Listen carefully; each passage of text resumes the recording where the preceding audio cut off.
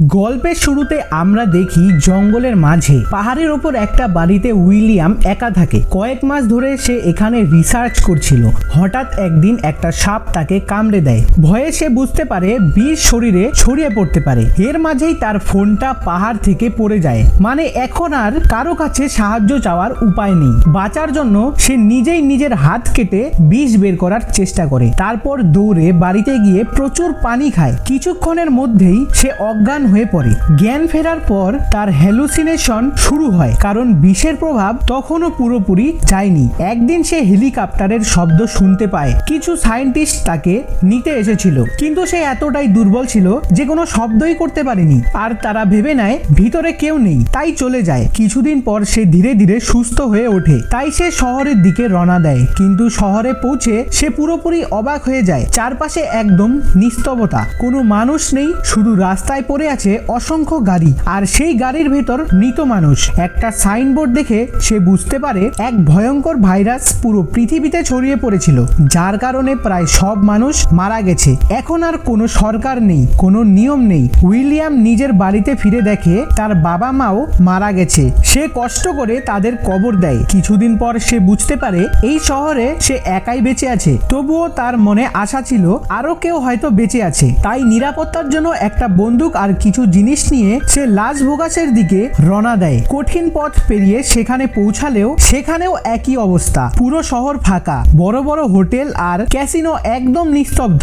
শেষে সে একটা হোটেলে থাকতে শুরু করে। সবকিছু ফ্রি হওয়ায় সে নিজের মতো করে দিন কাটাতে থাকে। কিন্তু এক রাতে তার কাছে দুইজন সার্ভাইভার আসে, মিল্টন আর অ্যান। তারা জানায় তারাও এই ভাইরাসে আক্রান্ত হয়নি। মিল্টন তাকে শেষ একটি টিভি ব্রডকাস্ট দেখায়, যেখানে বলা হয়েছিল এই ভাইরাসের কোনো প্রতিষেধক তৈরি করা যায়নি। এরপর পুরো পৃথিবীতে অরাজকতা শুরু হয়। মানুষ ওষুধের জন্য একে অপরকে মারতে থাকে, আর কয়েকদিনের মধ্যেই মানুষ হয় ভাইরাসে মারা যায়, না হলে এই ভয়ঙ্কর রক্তক্ষয়ী লড়াইয়ে শেষ হয়ে যায়। এরপর উইলিয়াম বুঝতে পারে ভাইরাসের পর মিল্টন আর অ্যান আজ প্রথম কোনো জীবিত মানুষ দেখছে। মানে এখন পৃথিবীতে বেঁচে থাকা মানুষের সংখ্যা খুবই কম। সে এটাও বুঝতে পারে এতদিন একা থাকার কারণে তাদের মানসিক অবস্থাও ভেঙে গেছে। অ্যান জানায় সে ভিডিও কলে নিজের স্বামী আর সন্তানকে মরতে দেখেছে, যার পর থেকে তার বাঁচার ইচ্ছাই শেষ হয়ে গেছে। কিছুদিন উইলিয়াম তাদের সাথে সেই হোটেলেই থাকে, কিন্তু এত দামি জিনিস ফ্রি থাকা সত্ত্বেও তার কিছুই ভালো লাগে না।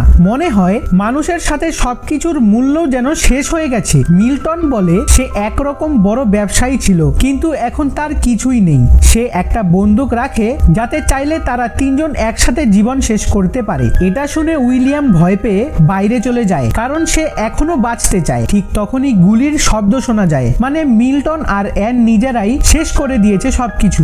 আবারও উইলিয়াম একা হয়ে যায়। সে ভাবে হয়তো পুরো পৃথিবীতে এখন সে একাই বেঁচে আছে। শহর ছেড়ে বের হওয়ার সময় সে একটা কুকুর পায়, তাকে নিজের সঙ্গী বানিয়ে নাম দেয় লাকি। এরপর সে কিছু সার্ভাইভাল বই নিয়ে নিজের পুরনো বাড়িতে ফিরে আসে। লাকিকে নিয়ে সেখানেই থাকতে শুরু করে। সময় কেটে যায় প্রায় 1 বছর। লাকি আর উইলিয়ামের মধ্যে ভালো একটা সম্পর্ক তৈরি হয়। তবুও মানুষের অভাবে সে ভীষণ একঘেয়ে হয়ে পড়ে। সময় কাটাতে কখনো দৌড়ায়, কখনো সাঁতার কাটে, কখনো আবার একাই গাড়ি ঘুরিয়ে সময় কাটায়। কিন্তু একদিন লাকি দূরে একটা বাড়ির দিকে তাকিয়ে জোরে জোরে ঘেউ ঘেউ করতে থাকে। উইলিয়াম দেখে সেখানে ধোঁয়া উঠছে। সে দ্রুত সেখানে গিয়ে দেখে এক মেয়ে ছাদে দাঁড়িয়ে বন্দুক তাক করে আছে। তার নাম এমা, সেও একজন সার্ভাইভার। দুজনে কথা বলার পর তারা বুঝতে পারে 1 বছর ধরে কেউ কোনো জীবিত মানুষ দেখেনি। উইলিয়াম নিজের সব গল্প বলে, এমাও তার কাহিনী শেয়ার করে। এরপর এমা তাকে বলে আজ রাতটা এখানেই থাকতে, অনেকদিন পর তো কোনো মানুষ পাওয়া গেছে। উইলিয়াম রাজি হয় এবং তাকে নিজের বাড়িতে নিয়ে আসে।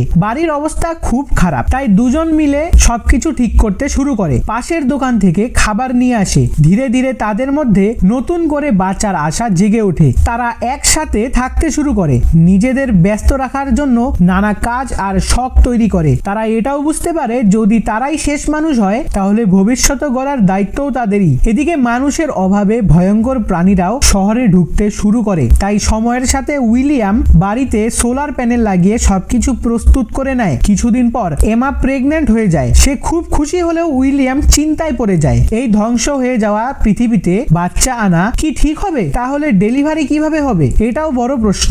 তাই সে লাইব্রেরি থেকে বেবি ডেলিভারি নিয়ে পড়াশোনা করতে শুরু করে। সময় সময় যেতে যেতে তাদের বাড়ি পুরো সেফ হয়ে যায়। সোলার প্যানেল লাগানো হয়, খাবার স্টোর করা শুরু করে, মুরগি আর গরু পোষে, ডিম আর দুধের ব্যবস্থা হয়ে যায়। চারপাশের পরিবেশও অনেক পরিষ্কার হয়ে গিয়েছিল। কিন্তু সমস্যা শুরু হয়, ইঁদুরের সংখ্যা হঠাৎ বেড়ে যায়। তারা বাড়ির আশেপাশে ঘুরতে থাকে। আগে তারা ময়লা পুড়িয়ে তাড়ানোর চেষ্টা করে, কিন্তু কাজ না হওয়ায় পুরো বাড়ি সিল করে দেয়। এরপর উইলিয়াম অনেক দূর থেকে কিছু বিড়াল নিয়ে আসে, যার ফলে ধীরে ধীরে ইঁদুরের সমস্যা কমে যায়। অবশেষে সেই দিন আসে, এমার ডেলিভারি হয়। অনেক প্রস্তুতির পর উইলিয়ামের সাহায্যে একটি সুস্থ কন্যা শিশুর জন্ম হয়। এরপর তারা শহরের বিভিন্ন জায়গায় নিজেদের ঠিকানা লিখে দেয়, যাতে অন্য কেউ বেঁচে থাকলে তাদের খুঁজে পেতে পারে। এভাবেই সময় কেটে যায় প্রায় 6 বছর।